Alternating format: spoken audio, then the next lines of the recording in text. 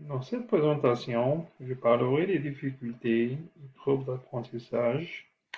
L'accent sera mis sur la dyslexie, c'est le cas de Justin, et le TDAH, c'est le cas d'Antoine. Euh, Enseigner aux élèves ayant des troubles et difficultés d'apprentissage nécessite une analyse formelle et informelle. Bien sûr, aussi un examen des besoins, examen des forces, de l'environnement et aussi euh, les facteurs sociaux des élèves ayant des difficultés d'apprentissage. Et ça aide beaucoup les enseignants pour établir un plan d'intervention et pour bien comprendre ces élèves. Ça, c'est pourquoi on doit prendre en considération diront qu'on établit un plan d'intervention, on doit prendre en considération l'environnement, les besoins, le plan social affectif et les forces. Après Vaughan en 2012, donc c'est très clair que la nécessité d'une intervention individuelle et, euh, et personnalisée qui devrait durer tous les jours durant l'année scolaire. Donc, après cette définition-là, on comprend que la difficulté pour les élèves qui sont diagnostiqués comme dyslexiques, la difficulté sur la lecture, l'écriture, et bien sûr même des fois des mots, pour comprendre des mots, pour prononcer des mots. Donc, comme vous voyez ici, donc, la conscience phonologique et la difficulté de l'acquisition au niveau de graphie et phonème. Il y a trois types de la dyslexie. Il y a type phonologique au niveau de son, type de surface, au niveau de rassemblement de mots global. Et ici, la mémoire joue un rôle de rassemblage de mots. Et type mixte qui, bien sûr, qui compose les deux types phonologiques et surface, pardon. Le TDAH. Le TDAH, c'est un trouble d'attention, c'est trouble d'inattention, hyperactivité, impulsivité. Donc, le terme compose de l'inattention, l'impulsivité, euh, et aussi il y a trois types dans ce trouble-là. Il y a type principalement inattentif, hyperactif et impulsif et type combiné. Donc, et ça, c'est ça pour le trouble, pour le TDAH, c'est la difficulté qui est très connue aux écoles avec nos élèves. Donc, il y a vraiment un pourcentage très élevé avec ce genre des élèves.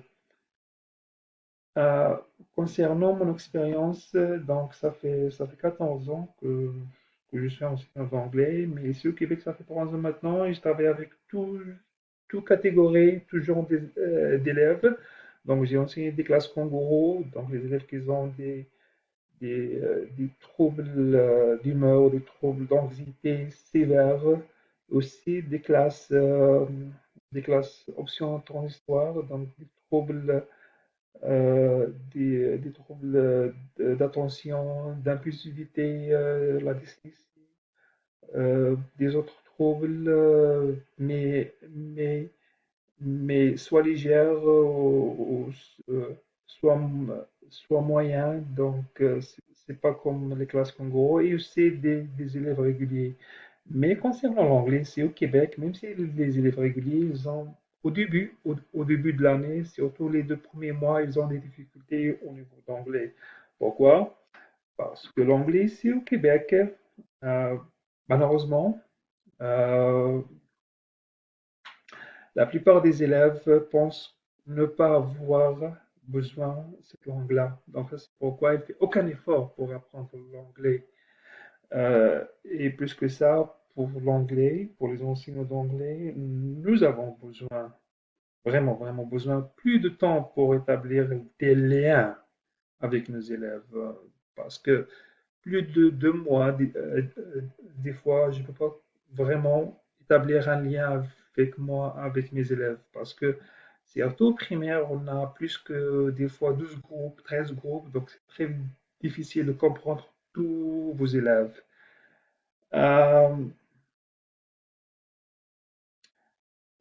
les- un élève dyslexique, c'est un élève normal. Parce que c'est un élève normal. Il a juste besoin d'une formation phonologique et écrite qui devrait être efficace, qui va répondre à ses besoins, de lecture, de l'écriture et bien sûr de prononciation. Donc, on voit ici la dyslexie n'est pas associée à une déficience des capacités cognitives.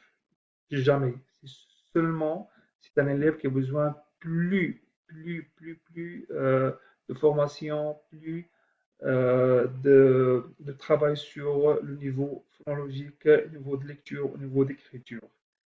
Euh, Justin, c'est un élève qui était avec moi l'année dernière, première année, classe option transitoire. Il a des difficultés de lecture, écriture, manque de compréhension, comportement perturbateur. Le suivi de processus d'enseignement, c'est très difficile pour lui. Et aussi, la situation familiale, il vit avec son père, donc ça joue un rôle, donc on ne peut pas dire non. Après la première étape, donc, Justin, il a beaucoup participé, mais malheureusement seulement en français. Donc, c'est pas seulement lui, la plupart des élèves, c'est la même chose. Mais malheureusement, il abandonne facilement si je demande qu'ils doivent parler en anglais. Donc, je lui ai laissé aux premières étapes de s'exprimer et pour l'encourager pour parler beaucoup en anglais. Parce que la première étape, l'évaluation seulement pour la première compétence qui est l'interaction orale.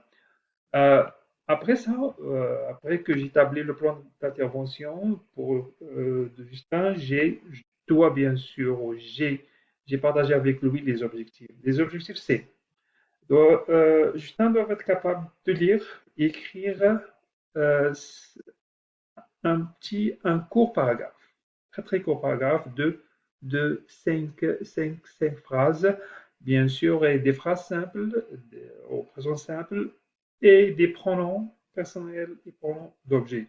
Les mesures sont les suivantes, donc, ou les suivantes.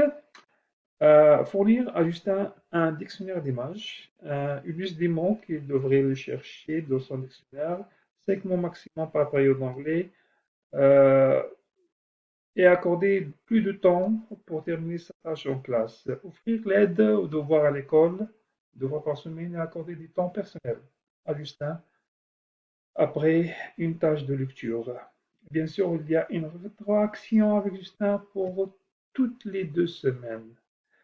Euh, Bien sûr, pour Justin, j'ai établi des cours personnalisés sur la phonétique, l'orthographe et l'écriture. Euh, les élèves dyslexiques sont facilement affectés par l'environnement extérieur, c'est-à-dire les mesures environnement flexibles sont très très utiles.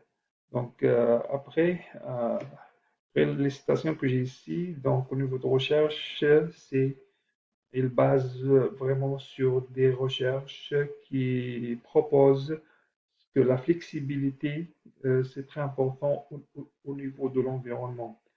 Et bien sûr, les facteurs de stress, donc euh, ça c'est c'est la raison pour laquelle j'ai rencontré Justin 2 fois par semaine pour le convaincre qu'il a sur la bonne voie au niveau de le facteur de stress, au niveau bien sûr euh, au, au niveau émotionnel et au niveau social. Justin, c'est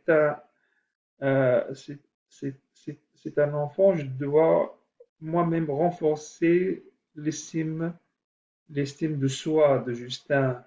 Ça, c'est pourquoi on doit toujours parler qu'il fait un bon travail, je dois l'encourager, Donc, comme ça, elle va faire un plus d'efforts. Bon, bien sûr, concernant les forces, après la recherche, il y a 8 forces, 8 dons pour les élèves dyslexie. Pour Justin, c'est un élève avec une imagination débordante. Il aime parler beaucoup avec bien sûr euh, les gens qui font confiance. Donc, et aussi, il a un raisonnement moyen qui aide soit en mathématiques, soit en explication de la grammaire. Au niveau des problèmes et des difficultés, il y a beaucoup de difficultés au niveau de la performance, au niveau aussi de la lecture, de la corrélation inverse inattendue entre effort et rendement, et des difficultés de stockage des mots. Et bien sûr, il prend plus de temps pour traiter l'information. Par exemple, il y a des exemples pour des difficultés à décoder des mots simples. Euh, il ne peut pas faire la connexion entre les mots, les lettres et les sons. Par exemple, il confondre des petits mots à tu, said, and, das, goes. Euh, Par exemple, dog, bog, par exemple, type, pit, par exemple, pelt, left, house, home. Donc, c'est ça. Ça, c'est des exemples que j'ai avec lui. Bien sûr, il y a beaucoup d'améliorations, mais je dois négocier chaque jour le plan avec lui. Il y avait un plan A, un plan d'intervention B, donc il y avait des récompenses, des privilèges pour lui aider pour beaucoup bien travailler, pour bien travailler. Euh, donc c'est vrai qu'il a amélioré beaucoup mieux que la première étape au niveau, euh, au niveau de lecture, mais la lecture des mots, des petits mots, la lecture l'écriture, je veux dire ici, l'écriture des petits phrases avec 3 mots, par exemple. Il a été capable de dire I have a nice Saturday, I play video games, I like my teacher, for example, par exemple. I meet my friend. Ils sont des phrases très simples comme ça. Au niveau du vocabulaire, à la fin d'année, il était capable d'avoir 300 mots dans sa pyramide de mots. C'est un pyramide dans la classe. Ça, c'est une affiche de Justin qui écrit tous les mots qui est bien compris toute l'année, qui est bien apprendre pour toute l'année. Au niveau de la phonologie, elle était capable de ne pas utiliser le R de français, par exemple, good morning, problem, et aussi des adjectifs comme quiet, quiet. Bien sûr, il confond des verbes comme watch, wash, par exemple, des noms comme shit and sit, fly, play, wire, fire. Donc, c'est ça. Mais il a été capable d'écrire 40 jusqu'à 50 mots.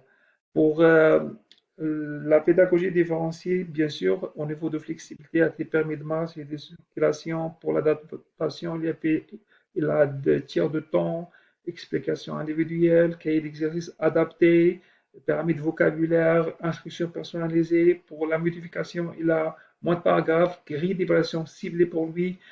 Ça, en général, c'est un répertoire de pédagogie différenciée que j'ai appliqué pour lui, mais j'étais très content de travailler avec lui. Ça a été une très bonne année avec Justin. Il a amélioré, mais j'espère qu'il va améliorer pour les années prochaines.